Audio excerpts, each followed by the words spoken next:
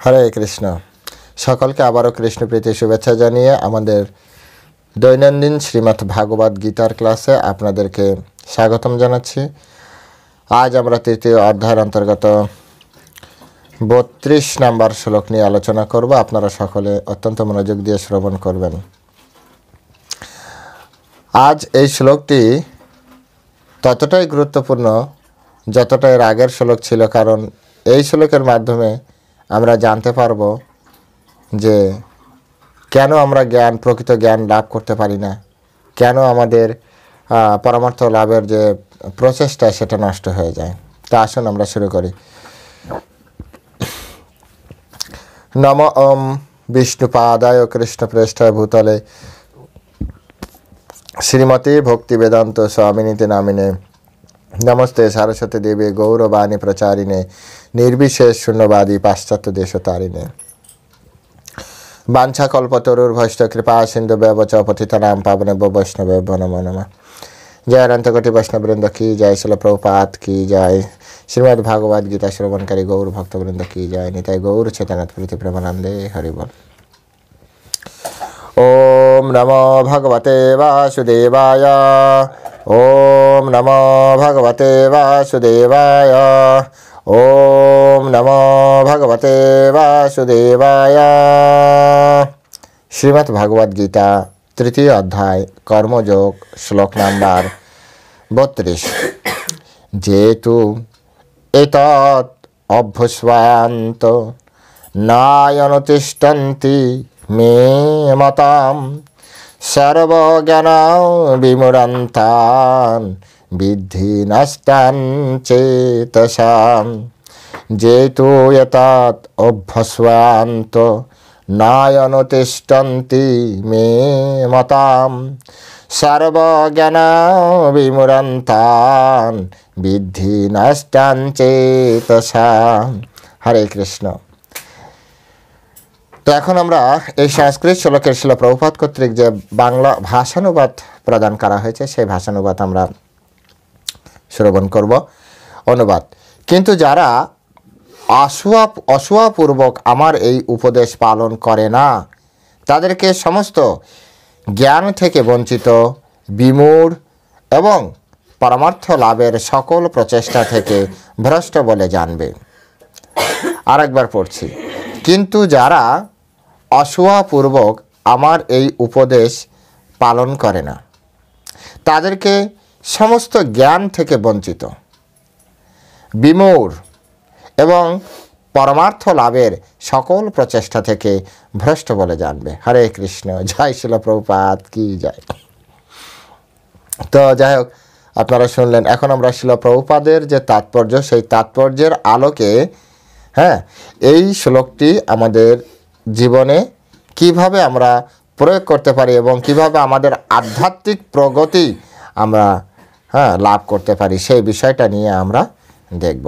এখানে কত সুন্দরভাবে বলা হচ্ছে যে কিন্তু যারা অসূয়াপূর্বক, অ্যাকচুয়ালি এই শ্লোকটি 31 নম্বর শ্লোকের সাথে যুক্ত। 31 নম্বর শ্লোকে বলা হচ্ছিল যে আমার নির্দেশ অনুসারে যে সমস্ত মানুষ তাদের কর্তব্যকর্ম অনুষ্ঠান করেন, যারা শ্রদ্ধাবান ও মাৎসর্য রহিত হয়ে এই উপদেশ অনুসরণ করেন, তারা কর্মবন্ধন থেকে মুক্ত হয়ে যায়।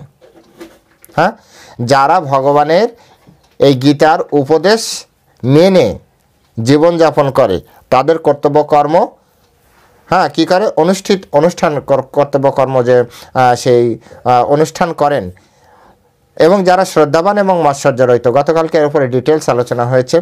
যারা আপনারা দেখেননি, আপনারা আগের ভিডিওটি আগে দেখে নেবেন, কারণ ওই 31 নম্বর শ্লোকের পরের অংশ হচ্ছে 32 নম্বর। ভগবান বলছে, যদি তুমি গীতার উপদেশ শুনে মেনে জেনে তুমি তোমার কর্তব্যকর্ম পরিচালিত করো, তবে তোমার কর্মবন্ধন থেকে তুমি মুক্তি পাবে। কিন্তু যদি 32 নম্বর শ্লোকে বলছে, যদি তুমি না মানো, যদি তুমি না মানো এবং কিসের উপরে? অসূয়াপূর্বক, তো এই যদি অহংকার বশত কেউ এটি না মানে, গীতা সেই কবেকার কথা, ওই কি এখন আমাদের মডার্ন লাইফে চলে নাকি? যাই যেভাবে হোক, যেভাবেই ভাবেন আপনি, হ্যাঁ, অনেকে গীতার কথা মানতে চায় না। ঠিক আছে, পরে পড়বো, পরে হবে, আমার বয়স হোক তবে। এ তো আমাদের প্রতিদিনকার কথা শুনতে শুনতে এখন পান্তা ভাতের মতো মনে হয়। গীতা, আরে আমার ছেলেমেয়ের বই পড়ার সময় নেই, আপনি এখন গীতার কথা বলছেন। যারা ছেলেমেয়ে তারা বলছে যে বয়স হোক তবে পড়বো, কবে বয়স হবে কে জানে। তো যাই হোক, যারা অসূয়াপূর্বক, অহংকারপূর্বক, অজ্ঞানতা, যেভাবে হোক, যারা গীতার কথা, হ্যাঁ, এই উপদেশ পালন করে না, তাদেরকে সমস্ত জ্ঞান থেকে ভ্রষ্ট বলে জানবে। গীতার কথা জানলে কর্মবন্ধন থেকে মুক্ত, গীতার কথা যদি কেউ পালন না করে তাহলে সমস্ত জ্ঞান থেকে বঞ্চিত। এই জগতে বর্তমান সময় যারা গীতার জ্ঞানে জ্ঞানী হচ্ছেন না, জড়জাগতিক যত বড় ডিগ্রি থাক না কেন, শ্রীমৎ ভাগবতমে যে বলা হচ্ছে, হ্যাঁ, হরির অভক্তস্য কুত মাহাত গুণা, হরির অভক্ত ব্যক্তি যারা, আর হরির অভক্ত কারা? যারা গীতার জ্ঞান মানে না।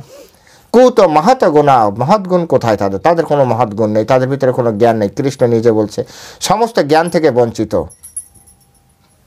জড়জাগতিক অনেক বড় বড় বিল্ডিং তৈরি করবে, অনেক বড় বড় কোনো কিছু তৈরি করবে, হ্যাঁ, কিন্তু বাস্তবিক তাদের প্রকৃত জ্ঞান নেই। প্রকৃত জ্ঞান কি? প্রকৃত জ্ঞান হচ্ছে আমাদের এই জগৎ থেকে আমরা কীভাবে ভগবানের কাছে যেতে পারি। প্রকৃত জ্ঞান কি? প্রকৃত জ্ঞান হচ্ছে দেহ আর আত্মার ভিতরে পার্থক্য বোঝা। এই দেহটি আমি নয়, এটি হচ্ছে বোঝা। আমি আত্মা, পরমাত্মার সাথে আমার সংযোগ আছে, এটি হচ্ছে প্রকৃত জ্ঞান। প্রকৃত জ্ঞান কি সেটা আগে তো বুঝতে হবে। কেমিস্ট্রি, ফিজিক্স, বায়োলজি, আপনারাই বলুন, আপনারা এ যাবৎকালে যত ক্লাসে পড়েছেন, যতটা পড়াশোনা করেছেন, যতটা পড়াশোনা করতে দেখেছেন, কোন পড়াশোনাটা ফিক্সড? 2-3 বছর পরে সিলেবাস চেঞ্জ, 2-3 বছর পরে সেই টপিক্স চেঞ্জ। টপিক্স কেন চেঞ্জ হবে? যদি ওটি শিক্ষাই হবে, টপিক্স কেন চেঞ্জ হবে? না, এখন আপডেট এসেছে। যদি আপডেট এসে তার মানে আপনারটা ওল্ড মডেল। ওল্ড মডেল মানে কি? আপনাকে ওল্ড মডেল পড়ানো হয়েছে, তার মানে কি? আপনারটা কমা জ্ঞান, এখন উন্নত জ্ঞান। এবার 2 দিন পরে আবার উন্নত জ্ঞান আসবে, এটা কমা জ্ঞান। তার মানে জ্ঞান তো সবসময় কমাই থাকছে, আমরা সবসময় কমার ভিতরেই আছি। কিন্তু ভগবদ্গীতা এমন নয়। ভগবদ্গীতা, বেদ, পুরাণ, উপনিষদ ফিক্সড জ্ঞান। মনুষ্য জীবন পরিচালনার জন্য যা কিছু দরকার সায়েন্টিফিক ওয়েতে সুন্দরভাবে বর্ণন করা আছে। সেই জন্য বলছে, কেউ যদি এই জ্ঞান পালন না করে, অমান্য করে, তাহলে তাকে সমস্ত জ্ঞান থেকে বঞ্চিত বলে জানবে। আমরাও তাই জানি সকলকে। এই জন্য কেউ যখন বলে না না আমার সময় নেই, তখন আমরা শুধু মনে মনে একটু হাসি, আহারে কি অজ্ঞানী ব্যক্তি। যাই হোক, তাকে বিমূঢ়, মূঢ় বোঝেন তো? মূঢ় মানে মূর্খ। যেহেতু জ্ঞান নেই, জ্ঞানহীন ব্যক্তিকে আপনারা কি বলেন? সেই ভাষাটা বিমূঢ়। এবং পরমার্থ লাভের সকল প্রচেষ্টা থেকে ভ্রষ্ট বলে জানবে। যারা গীতার আলোকে জীবন পরিচালনা করবে না, করছে না, তারা পরমার্থ লাভের সকল প্রচেষ্টা থেকে ভ্রষ্ট বলে জানবে। এই জগতে দেখেন অনেকে ভক্তিভাব করছে, অনেকে গোপাল নিয়ে ঘুরছে, গীতা পড়ে না, গীতা জানে না। তো তাদের সম্পর্কে বলা হচ্ছে পরমার্থ লাভের সকল প্রচেষ্টা, যত ধরনের প্রচেষ্টা তারা করবে। আপনি দেখছেন যারা এই গীতার আলোকে জীবন পরিচালনা করছে না, গীতার কথা মেনে জীবন পরিচালনা করছে না, তাদেরকে কি জানতে হবে? কৃষ্ণ কি বলছে আমাদেরকে? পরমার্থ লাভের প্রচেষ্টা থেকে তারা ভ্রষ্ট, অর্থাৎ তারা প্রচেষ্টা করছে কিন্তু তাদের ট্রাক আস্তে আস্তে আলাদা হয়ে গেছে। হয়তো এই ট্রাকে গেলে ভগবানকে পাবে, কিন্তু তারা এরকম যেতে যেতে যেতে যেতে যেতে যেতে এরকম ট্রাক চেঞ্জ হয়ে গিয়েছে, পথভ্রষ্ট হয়ে গিয়েছে। যেটি মান্যতা দেওয়া দরকার সেটি নাম মানার কারণে। কৃষ্ণ যেভাবে চায় সেভাবে যদি আমরা আমাদের জীবন পরিচালনা করি, আমাদের ফল বিপরীত আসবে। যে অঙ্ক, যে সূত্র দ্বারা মেলার কথা, সেই সূত্র দ্বারা যদি আপনি মেলানোর চেষ্টা না করেন, যদি আপনি বিপরীত সূত্র বা সূত্রে ভুল করেন, তাহলে উত্তর বলতে কি, অঙ্ক কোনো একটা জায়গায় যে দাঁড়াবে কিন্তু কাঙ্ক্ষিত জায়গায় কখনো দাঁড়াবে না। এটি হচ্ছে সব থেকে বড় বিষয়। শিল প্রভুপাদ খুব সুন্দর ব্যাখ্যা দিচ্ছে যে কৃষ্ণ ভাবনাময় না হওয়া ক্ষতি সম্পর্কে এখানে উল্লেখ করা হয়েছে। যে কৃষ্ণ ভাবনাময় মানেই হচ্ছে গীতার আলোকে জীবনযাপন করা, একেবারে স্পষ্ট। এর 100% এর ভিতরে কোনো রকম মানে ভেজাল নেই। 100% নির্ভেজাল কথা হচ্ছে, যিনি কৃষ্ণ ভক্ত তিনি গীতার আলোকে জীবন পরিচালনা করবেন। যিনি গীতার আলোকে পরিচালনা করবেন না তার জীবন, তিনি কৃষ্ণ ভক্ত নয়। যিনি গীতাকে মান্যতা দেবেন না তিনি কৃষ্ণ ভক্ত নয়। যিনি গীতাকে পাশ কাটিয়ে জীবন পরিচালনা করবেন তিনি কৃষ্ণ ভক্ত নন। কিসের ভক্ত আমি জানি না, ভক্ত কিনা তাও জানি না। আমি কোনো বিরোধিতা করতে চাই না, শুধু এটুকু বলছি কৃষ্ণের কথা অনুযায়ী, শিলা প্রভুপাদের কথা অনুযায়ী যারা কৃষ্ণ ভাবনাময় ব্যক্তি তারা অবশ্যই গীতাকে মান্যতা দিবে। যারা গীতাকে মান্যতা দিবে না এরা কৃষ্ণ ভক্ত নয়। অনেকে বলে না আমিও গীতা মানি, আপনি আমাকে গীতা শেখাচ্ছেন? গীতা মানেন তো আপনি আপনার দিকে তাকিয়ে দেখুন, আপনার জীবন চরিত্র দেখুন, আপনার জীবন দর্শন দেখুন, আপনার ভক্তি জীবন দেখুন, আপনার স্পিরিচুয়ালিটি যেটাকে বলা হয়, মানে আধ্যাত্মিক জীবনের প্রগতি দেখুন। দেখুন আপনি, তবে না আপনি বুঝতে পারবেন যে গীতায় কিভাবে চেয়েছে আর আপনি কিভাবে এই পৃথিবীকে দর্শন করেন, এই জগৎকে দর্শন করেন। তবেই না আপনি বুঝতে পারবেন। আপনি আপনার কাছে ভালো, ঠিক আছে, আমরাও মানি আপনি আপনার কাছে ভালো, কিন্তু শাস্ত্রের দৃষ্টিতে দেখবেন যে অনেক সময় আমাদের আঙুল থেকে একটু রক্ত নেব, আপনার আঙুল থেকে আরও 10 জনের আঙুল থেকে একটু একটু রক্ত নিয়ে আমরা যখন দেখব সবই লালই দেখব, আমাদের কাছে সবই লাল। কিন্তু ওটা যখন কোনো ডায়াগনোসিস স্পেশালিস্টের কাছে দিব আর উনি যখন মাইক্রোস্কোপের নিচে যে দেখবেন তখন উনি বলবেন এটির গ্রুপ আলাদা, এটির গ্রুপ আলাদা, এর ভিতরে এটা আছে, তার ভিতরে এটা আছে, কিন্তু আমার আপনার চোখে সবই লাল। ঠিক তেমনি অতত্ত্বজ্ঞ ব্যক্তির কাছে যে যেভাবে করছে মনে হা কত ভালো কাজ করছে, কিন্তু তত্ত্বজ্ঞ ব্যক্তির কাছে, যিনি তত্ত্ববেত্তা, তার কাছে যে আপনি কিন্তু জিরো। আর কৃষ্ণ তো সমস্ত তত্ত্বের একমাত্র তত্ত্ববেত্তা। কৃষ্ণের কাছে কেউ ফাঁকি দিতে পারবে না। আমি প্রায় এই কথাটা বলি, প্রায় ক্লাসে একটা কথা বলি, আপনি আপনাকে ঠকাতে পারবেন, আমাকে ঠকাতে পারবেন, জগৎবাসীকে ঠকাতে পারবেন, কিন্তু যার জন্য আপনি এই সব কিছু করছেন তাকে ঠকাতে পারবেন না, তাকে আপনি ঠকাতে পারবেন না, ভগবানকে আপনি ঠকাতে পারবেন না। এই জগৎকে ঠকানো তো খুবই সহজ, বিশেষ করে ধর্মের বিষয়, সেটা তো আমরা এখন খুব সহজেই বুঝতে পারি। ধর্মের নামে কত অধর্ম হচ্ছে এটুকু বোঝার মতো জ্ঞান পরমেশ্বর ভগবান শ্রীকৃষ্ণ শিলা প্রভুপাদ আমাদেরকে দিয়েছেন।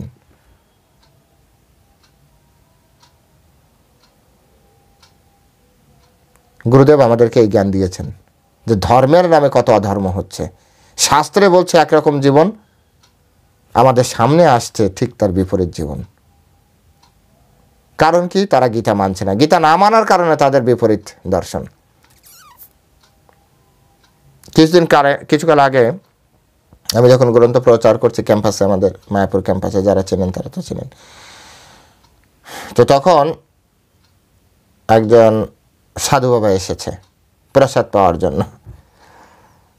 তো প্রসাদ পাওয়ার জন্য এসে আমার সামনে দাঁড়িয়েছে, তার হাতে লাল কাপড় পরা, তার হাতে ত্রিশূল। তো হতে পারে যারা শক্তির উপাসনা করে তাদের, যারা সন্ন্যাসী তাদেরও এরকম ধরনের হয়। তো ঠিক আছে, আমি হরে কৃষ্ণ দিয়েছি। উনি গম্ভীরতার সহিত, এরকম সিনিয়র হলে যা হয় সন্ন্যাসী মানুষ। তারপরে আমি ভালো করে তার দিকে লক্ষ্য করছি, তার গলায় রুদ্রাক্ষের মালা আছে, তুলসীর মালা আছে, কপালে তিলক, গোপী তিলক, ভালো করে বুঝবেন। তারপরে ত্রিশূলের গায়ে তুলসী মালা জড়ানো, মানে অনেকগুলো স্যাম্পল। তার হাতে শিবের, মা কালীর, আবার কৃষ্ণের ফটো রয়েছে। তো আমি সব কিছু মিলিয়ে তার দিকে বেশ কিছুক্ষণ দর্শন করে আমি বললাম যে প্রভুজি, আপনি আসলে কোন গ্রুপের আর কি এভাবে প্রশ্ন করেছিলাম যে ঠিক আপনি কি কৃষ্ণের ভক্ত না কালীর ভক্ত না শিবের ভক্ত, আমি ঠিক বুঝতে পারছি না। শিব, 5-7 মিনিট ধরে আমাকে তত্ত্বকথা শোনাতে শুরু করলো। তারপর আমি বললাম যে আপনি এই যে তত্ত্বকথা বলছেন এগুলো কি আপনার মন গড়া নাকি আপনি গীতার ভিতরে সব আছে? তো আমাদের কাছে তো গীতা সবসময় অ্যাভেলেবেল আছে, কারণ আমি গীতা প্রচার করি। ঘাট করে আমি গীতাটা তার কাছে দিয়ে বললাম, দেখুন তো আপনি কোথা থেকে আপনি দেখাচ্ছেন। না আমি শুরু হয়ে গেছে, সে আর গীতার বিষয়, গীতা ধরবেও না, গীতার বিষয় দেখাবেও না। তো আমি তখন তাকে বললাম, দেখুন এইসব ভান্ডামি বাদ দিন, যে কোনো একটা লাইনে আপনি সেবা করুন, হয় মা কালীর সেবা করুন, নয় শিবের সেবা করুন, নয় কৃষ্ণের সেবা করুন। আসলে গীতার আলোকে না চললে এইরকম ধরনের বিভ্রান্তি হয়। আমরা সবার সাথে যারা আমরা দেখেছি, এটা মানে এটা আমার এক্সপিরিয়েন্স, পার্সোনাল লাইফের এক্সপিরিয়েন্স। আপনি ইসকন ভক্ত আর অন্যান্য সোসাইটির অন্যান্য ভক্তদের সাথে আপনি মিলিয়ে দেখবেন, হরিচাঁদ, গুরুচাঁদ, এরা তো প্রায় আসে। গীতা গীতা গীতা নিবে না এরা। গীতা পড়েছে ছিল প্রভুপাদের গীতাতে তো পুরো পূর্ণরূপে অ্যালার্জি, পূর্ণরূপে অ্যালার্জি, নিবেই না, নিতেও দিবে না কাউকে। গীতা না পড়লে কি হয় না, শাস্ত্র থেকে আমরা দূরে চলে যাই, এটা সত্য কথা। শিল প্রভুপাদের গীতা এই কারণে রিকমেন্ড করি আমরা, বা আমরা এই কারণে পড়ি, আমার কাছে আরও অনেকগুলো গীতা আছে, অনেকগুলো গীতা আছে। এই যে দেখুন, এটা হচ্ছে বিশ্বনাথ চক্রবর্তী ঠাকুরের গীতা, গীতা উপনিষদ। আরও রয়েছে, এখানে বড় বই রয়েছে, সেখানে ভক্তিবিনোদ ঠাকুরের গীতা রয়েছে, শ্রীদাস স্বামীর গীতা রয়েছে, বা তারপর আপনার বলদেব বিদ্যাভূষণের গীতা রয়েছে, সব টিকা। এই সব কিছু থেকে একটা সামারি করে তারপরে আপনাদেরকে জানানোর চেষ্টা করি। আপনারা পড়ুন, পড়লে আপনারা বুঝতে পারবেন। শিল প্রভুপাদ, আমরা যখন দেখছি শিল প্রভুপাদ এই পুরো লাইনটা, হ্যাঁ, সব কিছু মিলে তারপরে ওনার তাৎপর্য করেছেন। উনি মন গড়া কোনো কথা বলেননি। যেসব কথা বিশ্বনাথ চক্রবর্তী ঠাকুর, বলদেব বিদ্যাভূষণ বা শ্রীধর স্বামী সংস্কৃতিতে বলে গিয়েছেন, যেসব কথাগুলো ভক্তিবিনোদ ঠাকুর, ভক্তি সিদ্ধান্ত সরস্বতী ঠাকুর সংস্কৃত মানে তদ্ভব আর সাধু ভাষায় লিখে, বাংলা ভাষায় লিখে গেছেন, সেটা উনি একেবারে নিরেট ইংরেজিতে সেটা ট্রান্সলেট করে দিয়ে দিয়েছেন। আর ওনার অত্যন্ত প্রিয় শিষ্য ভক্তি চারুস্বামী মহারাজ এই বাংলা গীতা আমাদের কাছে ওটারই বা একেবারে হুবাহু লাইন বাই লাইন ট্রান্সলেট করে আমাদের কাছে দিয়ে গিয়েছেন। এই জন্য এই গীতাকে বলা হয় পরম্পরার গীতা। জ্ঞান কখনো পরিবর্তন হবে না। শিল প্রভুপাদ নূতন কিছু দিয়ে যাননি আমাদেরকে, শিল প্রভুপাদ তাই আমাদেরকে দিয়ে গিয়েছেন যেটা আচার্যরা লিখে গিয়েছেন। তিনিও আচার্য।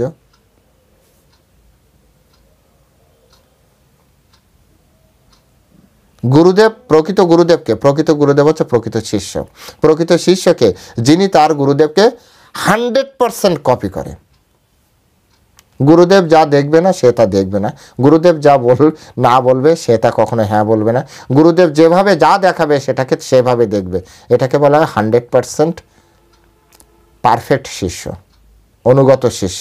একজন 100% অনুগত শিষ্যই একজন 100% পারফেক্ট গুরুদেব হতে পারে। এটাই গুরু পরম্পরার নিয়ম। শিল প্রভুপাদ উদাহরণ দিয়েছিলেন খুব সুন্দরভাবে। শিল প্রভুপাদ বলেছিলেন, এই যে একটা উদাহরণ, শিল প্রভুপাদকে যখন আমেরিকানরা বলেছিল, শিল প্রভুপাদ বলেছিল যে মানুষের ভিতরে 4টা দোষ আছে, তো তার ভিতরে একটা হচ্ছে ভ্রম, ভুল করার প্রবণতা। শিল প্রভুপাদ যখন এই কথাটা বলেছে, আমেরিকান শিষ্যরা বলেছিল, শিল প্রভুপাদ আপনি তো একজন সাধারণ মানুষ, তা আপনার ভিতরেও তো ভুল করার প্রবণতা আছে। শিল প্রভুপাদ বলছে, অফকোর্স, অবশ্যই আমার ভিতরে ভুল করার প্রবণতা আছে, কারণ আমি সাধারণ মানুষ। যদিও শিল প্রভুপাদ সাধারণ মানুষ ছিলেন না, যদি থাকতেন তাহলে এত বড় সোসাইটি এত তাড়াতাড়ি তৈরি করতে পারতেন না। তখন ওরা, যেহেতু ওরা আমাদের মতো এত এরকম নয়, কিন্তু হ্যাঁ, ওরা খুব খুব প্রশ্ন করে, আমরা ওদের সাথে মিশি তো, যা মনে হয় সে পট করে বলে দেয়। আমরা একটু ভাবি যে না, একটা সিনিয়রের সামনে কীভাবে বলতে হবে, বলা উচিত, এত কিছু নেই। ওরা বলে, তাহলে তো শিল প্রভুপাদ আপনার কথাও আমাদের পুরোপুরি শোনা উচিত নয়। শিল প্রভুপাদ বললেন, হ্যাঁ, আমার কথাও তোমাদের পুরোপুরি শোনা উচিত নয়। বলতে, তাহলে আপনি এই যে বলছেন, তাহলে আমরা শুনবো কেন? শিল প্রভুপাদ বলছে এই কারণে শুনবে, কারণ আমি আমার কোনো কথা তোমাদের বলতে আসিনি, আমি সেই কথা বলতে এসেছি যা আমার গুরুদেব আমাকে শিখিয়েছে, তার গুরুদেব আমার গুরুদেবের গুরুদেব গুরুদেবকে শিখিয়েছেন। কৃষ্ণ যে কথা গুরু পরম্পরার মাধ্যমে শিখিয়েছেন সেই কথা অ্যাজ ইট ইজ তোমাদের কাছে বলার জন্য এসেছি। এই জন্য আমাদের গীতার নাম শ্রীমদ্ ভাগবত গীতা অ্যাজ ইট ইজ।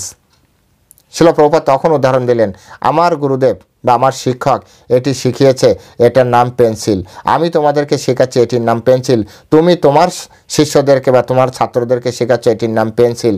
এখন তুমি বলো আমার গুরুদেবের শিক্ষার সাথে তোমাদের শিক্ষার কী পার্থক্য? তখন তারা বুঝতে পারলেন হ্যাঁ আসলে কোনো পার্থক্য নেই, জ্ঞান কখনো পরিবর্তন হয় না। সেই জন্য কৃষ্ণ যে জ্ঞান দিয়েছে সেই জ্ঞান যদি পরিবর্তন কেউ করে, সেই জ্ঞান যদি কেউ অমান্যতা প্রদান করে, মান্যতা না দেয়, তাহলে তাকে কি ভাবতে হবে? পারমার্থিক যে পরমার্থ লাভের যে পথ, পারমার্থিক উন্নতির যে পথ, সেই পথ থেকে সে ভ্রষ্ট। এই কারণে শিল প্রভুপাদ বললেন, প্রথম লাইনেই বলে দিলেন যে কৃষ্ণ ভাবনাময় না হওয়ার ক্ষতি সম্পর্কে এখানে উল্লেখ করা হয়েছে। আপনাকে কৃষ্ণ ভাবনাময় হতেই হবে, তা নাহলে আপনার আধ্যাত্মিক জীবন থাকবে না। কর্মক্ষেত্রে সর্বোচ্চ ক্ষমতার নির্দেশ মানতে অবাধ্যতা করলে যেমন শাস্তি পেতে হয়, তেমনি পরম পুরুষোত্তম ভগবানের নির্দেশ অমান্য করলেও নিশ্চয়ই শাস্তি পেতে হবে। রাইট? শিল প্রভুপাদ কত প্র্যাকটিক্যাল। আপনি যদি কোনো জায়গায় চাকরি করেন, আপনার বস যে অর্ডার দেবে, আপনার শরীর খারাপ থাক, আপনার মন খারাপ থাক, আপনার পারিপার্শ্বিক অবস্থার খারাপ থাক, আপনার ইচ্ছা অনিচ্ছার কোনো মূল্য নেই, আপনাকে ওটাই করতে হবে, কারণ আপনার বস এটি অর্ডার করেছে। ঠিক একইভাবে কৃষ্ণ হচ্ছেন পরমেশ্বর ভগবান, তিনি হচ্ছেন আধ্যাত্মিকতার সর্বোচ্চ স্থানে আরাধ্য ভগবান। আরাধ্য ভগবান তিনি হচ্ছেন সেব্য ভগবান, সর্বোচ্চ সেব্য ভগবান। এই সেব্য ভগবান মানে আরেকটা আছে সেবক ভগবান। গুরুদেবকে বলা হয় সেবক ভগবান। গুরুদেবকেও ভগবানের মতো সেবা করতে হয়, কিন্তু তিনি সেবক ভগবান, অর্থাৎ ভগবানের সেবক, তাই তাকে সেবক ভগবান। আর তিনি ভগবান হচ্ছে সেব্য ভগবান, সর্বোচ্চ সেব্য ভগবান। সর্বোচ্চ কেন? আপনি আমি দেবতার উপাসনা করতে পারি, কালীর উপাসনা করতে পারি, শিবের উপাসনা করতে পারি, ব্রহ্মার উপাসনা করতে পারি, কিন্তু আপনি শাস্ত্র পড়ে দেখুন ব্রহ্মা কৃষ্ণের উপাসনা করছে, শিবজি মহারাজ কৃষ্ণের উপাসনা করছে। এই যে কালী বলেন, দুর্গা বলেন, ইন্দ্র বলেন, বরুণ বলেন, এরা যখন যখন রাক্ষসদের দ্বারা, দানবদের দ্বারা বিপদে পড়েছে, তখন কার কাছে গিয়েছিল? প্রথমে যায় শিবের কাছে, শিব বলে কি আমার দ্বারা হবে না, চলো ব্রহ্মার কাছে। ব্রহ্মা বলে এটা আমার দ্বারা, এত বড় প্রবলেম আমার দ্বারা সলিউশন হবে না, তাহলে কি হবে? চলো যাই বিষ্ণুর কাছে। তো আলটিমেট কার আন্ডারে সবাই আছে? ভগবান বিষ্ণুর আন্ডারে আছে, আর বিষ্ণুর সৃষ্টিকর্তা হচ্ছে কৃষ্ণ। তো শাস্ত্র জানতে হবে, শাস্ত্র জানলে এটা বোঝা যাবে। তাই শিল প্রভুপাদ বলছে, আপনি যদি কোনো জায়গায় চাকরি করেন, আপনি কোনো একটা কর্মক্ষেত্রে যদি আপনি কর্ম করেন, তাহলে আপনার ঊর্ধ্বতন কর্তৃপক্ষের নির্দেশ আপনাকে মানতেই হবে। যদি আপনি না মানেন, দেখবেন যে আপনার অথরিটি আপনার উপরে সন্তুষ্ট নয়, আপনার অথরিটি আপনাকে হয় প্রমোশনের জায়গায় ডিমোশন হয়ে গেল, না হয় চাকরি অনেক সময় চলে যেতে পারে। আপনাকে মানতে হবে, আপনার যতই কষ্ট হোক আপনাকে ওই বিষয়টি মেনে নিতে হবে, এটাই সিস্টেম। ঠিক একইভাবে এখানেও পরমেশ্বর ভগবান তিনি হচ্ছেন ধর্মের রক্ষাকর্তা, তিনি ধর্মের ধারক, তিনি ধর্মের বাহক, তিনি সব কিছু। এই যে আমরা যে ধর্ম করছি, এই ধর্ম কার? এই ধর্ম পরমেশ্বর ভগবান শ্রীকৃষ্ণের। আমরা শ্রীকৃষ্ণের ধর্মের মধ্যে একজন ব্যক্তি। ধর্ম আমি আপনি সৃষ্টি করিনি, সৃষ্টিকর্তা ধর্ম সৃষ্টি করেছে। অনেকে বলে না না এটা মানুষের, কিছু মানুষ মিলে বুদ্ধি করে তৈরি করেছে। না, এই মিলেচ্ছদের শিক্ষার আলোকে সনাতন ধর্ম বিচার করলে হবে না যে আমরা একসময় বানর ছিলাম, পরে মানুষ হয়েছি। ভাই তোমার পিতামাতা বানর ছিল, আমার পিতামাতা নয়। আমার পিতামাতা, আমরা বিভিন্ন মুনি ঋষির নামে আমরা গোত্র পরিচয় দিই। ভারতদাস গোত্র, তারপর কাশ্যপ গোত্র, আলেমান গোত্র, গৌতম গোত্র। এর মানে কি? ওইসব ঋষির বংশজ আমরা। তাই মূর্খদের মতো বানরের পরিচিত হওয়ার অন্তত আমার বা আমাদের মতো অনেকের ইচ্ছা নেই। তাই এই যারা বানরের সন্তানদের দ্বারা লেখাপড়া শিখেছে, এদের একটু ভুল ত্রুটি হবে, আমাদের ক্ষমা সুন্দর দৃষ্টিতে দেখতে হবে। এই বানরের সন্তানদের দ্বারা পরিচালিত শিক্ষার মাধ্যমে বলা হচ্ছে একসময় আমরা বানর ছিলাম, পরে মানুষ হয়েছি। আমাদের এই যে বিজ্ঞান বা আমাদের শিক্ষা ব্যবস্থা এই 2-3,000 বছরের পুরানো, এর বেশি নয়। আরে মহাভারত তো, এই যে গীতা, ভাগবত, মহাভারত, এগুলো তো মিনিমাম 5,000 বছর। আপনারা 5,000 বছরের আগের কোনো দলিল দেখান তো আপনাদের কাছে আছে কিনা। মাঝে আমি গুগল সার্চ দিয়ে দেখলাম, সেখানে অ্যাডামস ব্রিজ নামে, রাম সেতু, অ্যাডামস ব্রিজ, এরকম কিছু লেখা আছে, অর্থাৎ রাম সেতু সম্পর্কে। সেখানে নাসার সায়েন্টিস্টরা যেটা 17,50,000 বছর আগে এই রাম সেতু কার্বন ডেটিংয়ে এসছে। তো ওই যে সেতু, এটা আপনারা দেখান আপনাদের কাছে কোনো এরকম এভিডেন্স আছে কি না যে কে কীভাবে তৈরি করেছিল। দেখুন রামায়ণে আছে, রামায়ণ লিখেছে বাল্মীকি মুনি, তাও ভগবান রামচন্দ্র আসার 60,000 বছর আগে। যদিও কার্বন ডেটিংয়ে আমরা এটাও মানি না, কারণ আমাদের যে যুগের হিসাব, সেই যুগের হিসাবে এটা আরও বেশি হওয়ার কথা। কারণ আমাদের 4,32,000 বছর কলিযুগের আয়ু, তো এখানে 5,000 বছর হয়ে গিয়েছে, ওখানে 8 লক্ষ সামথিং, 8,96,000 বছর না কত এরকম। তারপরে ত্রেতা যুগ হচ্ছে 17 লক্ষ কত হাজার বছর, তো ওখানেই তো ত্রেতা যুগেই তো এরকম রয়েছে। তারপর আমরা ধরে নিলাম সামথিং, ধরে নিলাম। তো আপনারা দেখান যে 17 লক্ষ বছর আগের কোনো এরকম কোনো এভিডেন্স আপনাদের কাছে আছে কিনা। আর তারও আগে তো বেদ।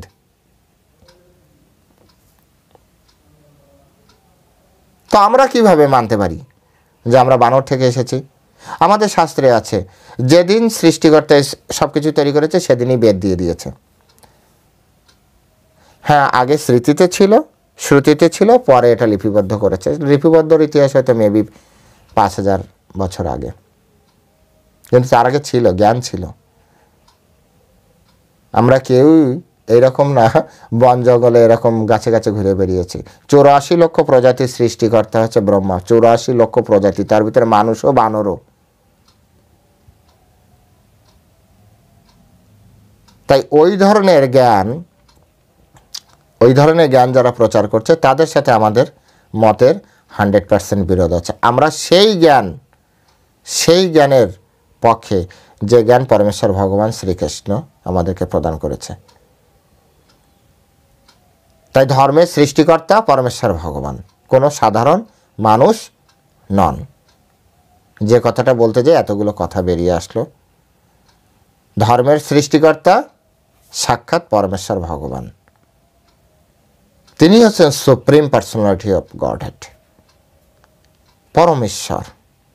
সেজন্য কৃষ্ণ যেভাবে নির্দেশ দিয়েছেন, গীতা মানতে হবে, মানে মনুষ্য জাতির জন্য গীতা মানতে হবে। যদি না মানে তাও বলে দিয়েছে, আপনি মানবেন কি না মানবেন, এখানে কিন্তু কোনো ফোর্স নেই। যদি না মানেন তাহলে বলছে কি, আপনি পারমার্থিক যে উন্নতি লাভের যে পথ প্রচেষ্টা, তার থেকে আপনি ভ্রষ্ট হয়ে গেলেন, আলটিমেট ভ্রষ্ট। ব্যাস এইটুকুই। এবং অমান্যকারী লোক, তা সে যতই উচ্চ পদের হোক না কেন, যতই উচ্চ স্তরের হোক, তার কাণ্ডজ্ঞানহীন বুদ্ধি বিবেচনার জন্য তার নিজের স্বরূপ সম্পর্কে, এমনকি সে পরব্রহ্ম, পরমাত্মা এবং পরম পুরুষোত্তম ভগবানের স্বরূপ সম্পর্কে সে অজ্ঞ। শিল প্রভুপাদ এটাকে আরও বেশি একটা শব্দ ব্যবহার করেছে, কাণ্ডজ্ঞানহীন।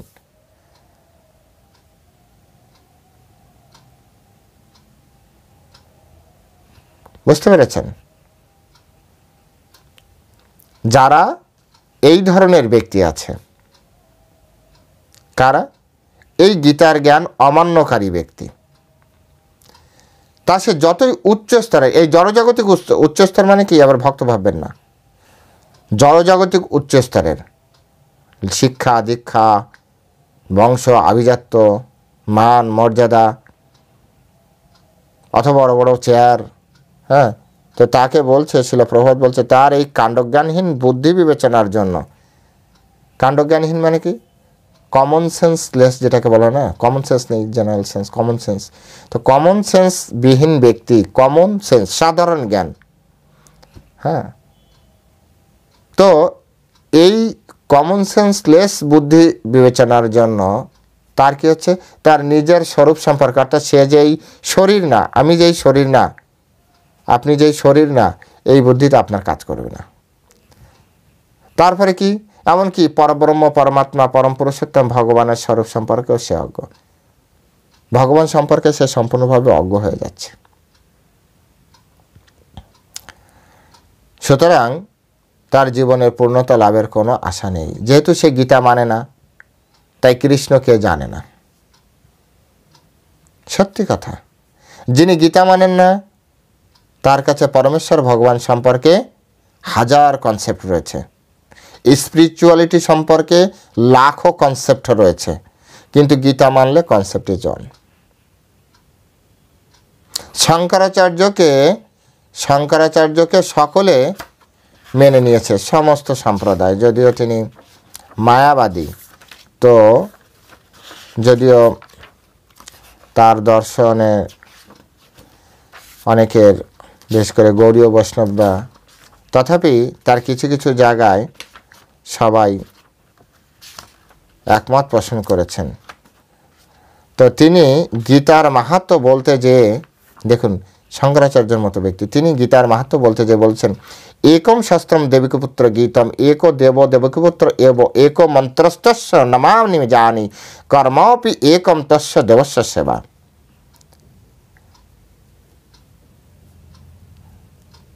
एको শাস্ত্রম দেবকীপুত্র গীতম, যদি আপনার জীবনে একটা মাত্র শাস্ত্র পড়ার সুযোগ থাকে বা একটা শাস্ত্রকে আপনার চুজ করার জন্য বলা হয়, তাহলে বলছে দেবকীপুত্র গীতম। দেবকীপুত্র কে? কৃষ্ণ। দেবকীপুত্র কৃষ্ণ, তার গীতম মানে গীতা, দেবকীপুত্র গীতম, যেমন এটা শ্রীমদ্ ভাগবত গীতা, ভগবানের গান। একো দেব, যদি একমাত্র, হ্যাঁ, দেবতার কথা বলা হয়, একটা মাত্র দেবতার উপাসনা করলে সমস্ত দেবতা সন্তুষ্ট হয়, তো বলা হচ্ছে দেবকীপুত্র এব, দেবকীপুত্র এব। एको মন্ত্রস্তস্য নমানি জানি, যদি একমাত্র মন্ত্র আপনাকে উচ্চারণ করতে বলা হয়, যে মন্ত্রের মধ্যে সমস্ত মন্ত্রের শক্তি রয়েছে, তাহলে নামানি জানি, নাম দিয়ে, হ্যাঁ, নাম দিয়ে যে মন্ত্র, ওম নমো ভগবতে বাসুদেবায়, ওম নমো ভগবতে বাসুদেবায়, এটা নাম দিয়ে তৈরি, যেটা ধ্রুব মহারাজ এই মন্ত্র দ্বাদশ অক্ষর মন্ত্র বলা হয়, এই মন্ত্র জপ করে ভগবানকে পেয়েছিলেন। এর থেকেও পাওয়ারফুল হচ্ছে কলিযুগের এই মন্ত্র, হরে কৃষ্ণ কৃষ্ণ কৃষ্ণ হরে হরে, হরে রাম রাম রাম হরে হরে। এখানে পুরোটাই নাম, 16 নাম 32 অক্ষর, পুরো মন্ত্রটাই নাম। এভাবে শাস্ত্রকে দেখতে হবে, শাস্ত্রে সব কিছু মিল আছে, শুধুমাত্র আপনাকে পড়তে হবে।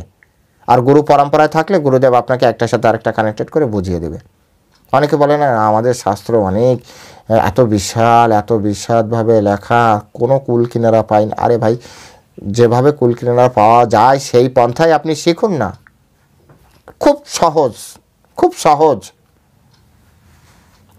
সনাতন ধর্মের মতো সহজ সরল ধর্ম আমার জানা নেই ব্রহ্মাণ্ডে আছে কিনা। ব্রহ্মাণ্ডে তো থাকারই কথা না, কারণ সব জায়গায় তো সনাতন ধর্ম চলে, পৃথিবীর মাঝখানে ধর্ম নামে কিছু ছল ধর্ম চলে। যাই হোক, বলছে কর্মপি একম, যদি জীবনে একমাত্র কর্ম করতে হয়, কর্মের মাধ্যমে ভগবানকে বা কর্মবন্ধন থেকে মুক্ত হওয়া যায়, কর্মের মাধ্যমে জীবনে সব কিছু পাওয়া যায়, কর্মপি একম তস্য দেবস্য সেবা, সেই দেবতার সেবা করো। কোন দেবতা? দেবকীপুত্র, তার মানে ভগবান শ্রীকৃষ্ণ। শঙ্করাচার্য পন্থ মেনে নিয়েছেন। সকলে মেনে নিয়েছে, সকলে মেনে নিয়েছে। সুতরাং আমাদেরও মেনে নেওয়া উচিত। যদি আমরা কৃষ্ণের কথা না শুনি তাহলে আমাদের কি হবে? আমরা কৃষ্ণের কথা না শুনলে পরিষ্কার একেবারে কি বলা যায় যে এক কথায় সেটা হচ্ছে কি, আমরা সমস্ত জ্ঞান থেকে আমরা বঞ্চিত বলে আমাদের মনে করতে হবে, বিমূঢ় মনে করতে হবে, মূর্খ বলে মনে করতে হবে, এবং পরমার্থ লাভের প্রচেষ্টা সেখান থেকেও আমরা ভ্রষ্ট, এই বলেই আমাদের জানতে হবে। তো আজকের শ্লোক দেখেছেন কত গুরুত্বপূর্ণ। আপনাদের সকলকে অশেষ ধন্যবাদ, আপনারা অত্যন্ত মনোযোগ সহকারে এই কথাগুলি শুনেছেন সেই জন্য। তো শেষ করার আগে একটা বিশেষ অনুরোধ, কথাগুলি আপনার জীবনে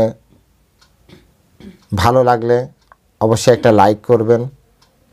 আমার জন্য না, আমার লাইকের প্রয়োজন নেই, কিন্তু আপনার লাইকের জন্য আরও 10 জন ব্যক্তির কাছে এই ভিডিওটি পৌঁছে যাবে। এটা ইউটিউবের গাইডলাইন। আপনাদের অনেক হোয়াটসঅ্যাপ গ্রুপ আছে, আপনারা শেয়ার করতে পারেন যাকে যাকে আপনি এই জ্ঞান দিতে চান। 2 নম্বর হচ্ছে আপনার ছোট্ট একটা কমেন্ট ইউটিউব গাইডলাইন অনুযায়ী এই ভিডিও অনেক দূর পর্যন্ত অনেক লোকের কাছে নিয়ে যেতে পারে, যেখানে হয়তো আপনিও চেনেন না সেখানেও পৌঁছে দিতে পারে। তাই ধর্ম প্রচারের জন্য আমি আমার স্বল্প প্রয়াস করছি, আপনাদের কাছে আমি এইটুক সহযোগিতা চাইছি যে আপনারা এই ভিডিও দেখার পরে যদি আপনি মনে করেন যে আপনার জীবনে ভালো কিছু হয়েছে, তাহলে লাইক, কমেন্ট আর শেয়ার এই 3টে একটু করবেন, ব্যাস। হরে কৃষ্ণ, সকলে ভালো থাকবেন। জয় শিল প্রভুপাদ কি জয়। নেক্সট শ্লোকে আমরা আরও অনেক বিষয় আছে, আরও গুরুত্বপূর্ণ বিষয় আছে যেগুলো আমরা আলোচনা করব। সাথে থাকবেন। হরে কৃষ্ণ।